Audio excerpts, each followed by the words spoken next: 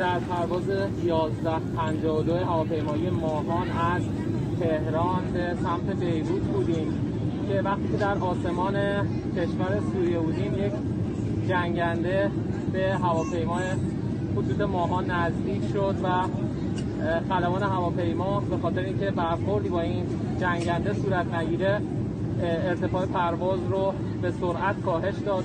همین باعث شد که تعدادی از مسافران این پرواز 1152 آسیب ببینند.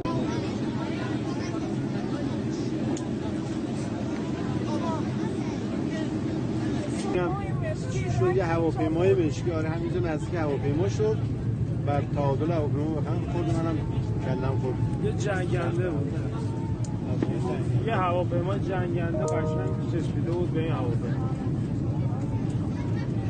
تعادل هواپیما به هم خورد، پایین بالا پایین بالا.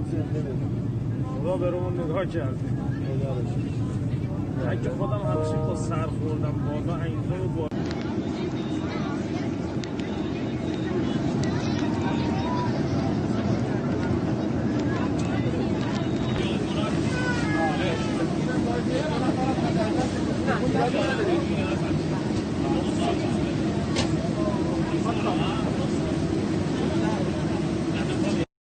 هواپیما بالا پایین شدش، بعد سر من خورد همین بالا باعث شد صندلی منم اینجا شکست.